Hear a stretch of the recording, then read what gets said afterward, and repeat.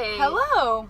Hi, friends. So today I have with me Miss Madi Vincent, and we're just doing this very Real. suddenly. Yeah, it just kind of happened. We kind of just finished eating, and we're just doing this now. I had a grilled cheese. It was really good. And we're just going to talk about loving people, because that's something that is important. So yeah, it really is. I'm going to drive.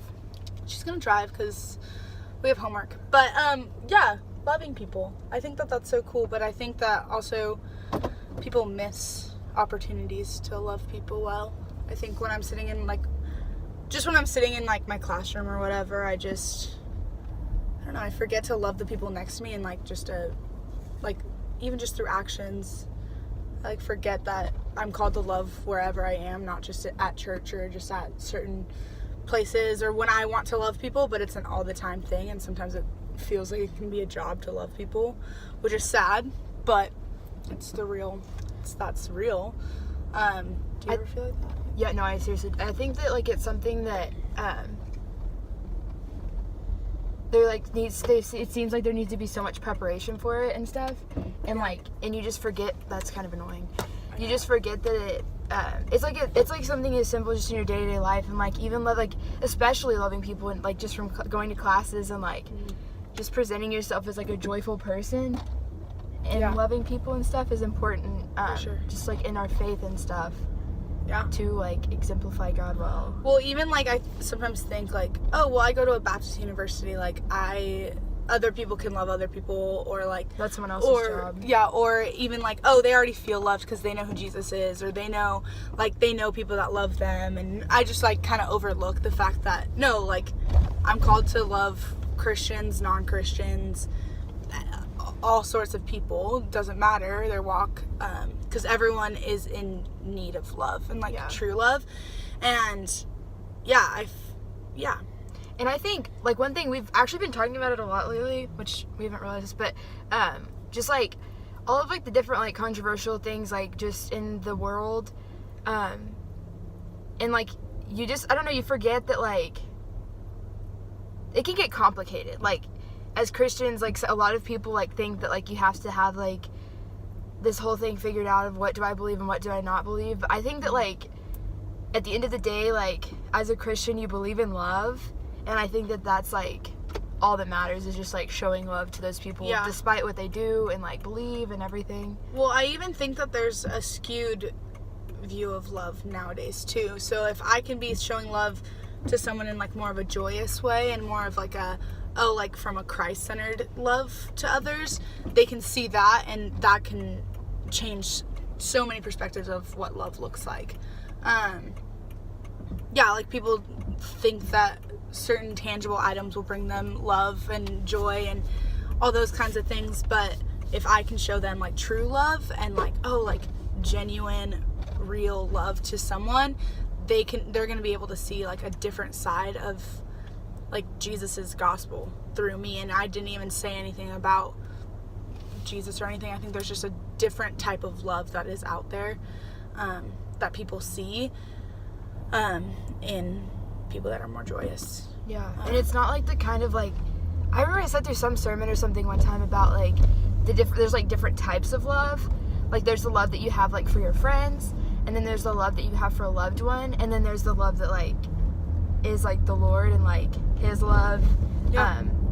And I'm just calling myself out. I have been really bad about I don't focus on loving people as much as I used to, or as much as I should, just because I get caught up in my life because all of the things that are going on are so much more important, which isn't true. But I think that it just, I don't know, it's just, I don't even know where I was going with that. Oh, but yeah. Well, I hate to be the typical oh my gosh, have you read the book Love Does by Bob Goff? Okay, but I've read Love Everybody Always. Yeah. So I read Love Does, and I think that book is so cool because the way that he tells a story and tells how to love someone and how to love others is simply through actions, and he tells little simplistic stories of something that he did in middle school with a BB gun or something like that, where he brings Jesus into that. And I think that speaks volumes to the fact that Jesus is it, and like the way I can love people is in everyday situations. It's not just like in these big extravagant, oh my gosh, like I've gone to Africa, I've loved those people over there, and like that's a different thing. Like I feel so different over there because I can love them over there. It's no, like God and like Jesus, I can love others right where I am in such simplistic ways of in any situation. Being in my dorm room, like walking to class, eating dinner, like wherever I can be loving others in literally any type of scenario. It doesn't have to, and I'm speaking to myself too in that, is because I'm like, oh, well, on a missions trip, because I like love to do mission trips and stuff, and that's where I feel called. It's like, oh, well, on a missions trip, that's where I like, my love really just shines, and like I love people so differently out there. But what's the difference between being here and loving someone and being there and loving someone? They're both human, and they're both in need of love and being seen and being known. So what does like, oh, I went on a missions trip, I love those people so much, like what's the difference between loving them so much and loving the people in my own resident hall?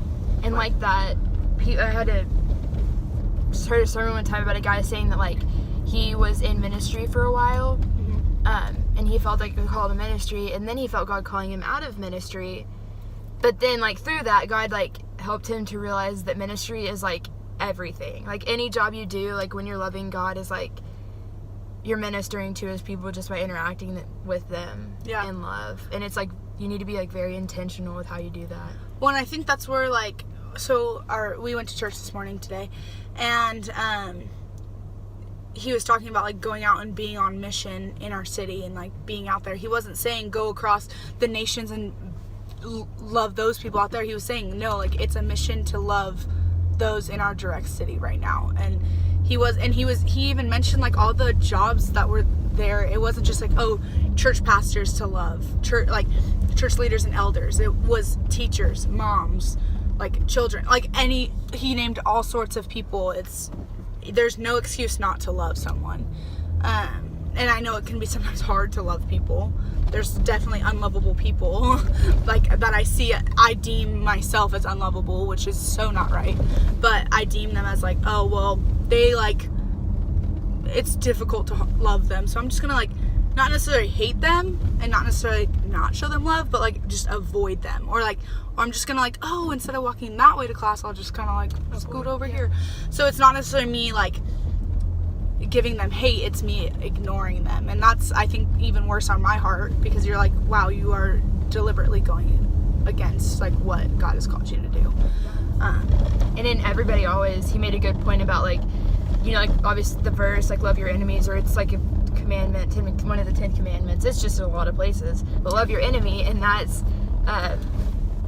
that's loving like because I was thinking to myself when like I've heard this verse and I'm like I don't have any enemies, but it's those people that are difficult to love, like those ones that like they just frustrate you and you want to avoid them and stuff. Like you still need to love them, and like they still deserve to experience the Lord's love, and like your sinfulness shouldn't get in the way of that. And I've like realized that sometimes I put up like a barrier, and it's like I shouldn't put that barrier up. Like that is honestly like affecting so much of my heart and like hardening my heart when my heart should be soft towards those people. And if anything, I should be like loving them even more intentionally, because it's like I have to work and I have to like be mindful of like, okay, like I'm supposed to be loving those people right now, like let's go and do it. And which is so weird because I'm such a like, oh, go getter, like let's figure it out and like let's do the hard stuff.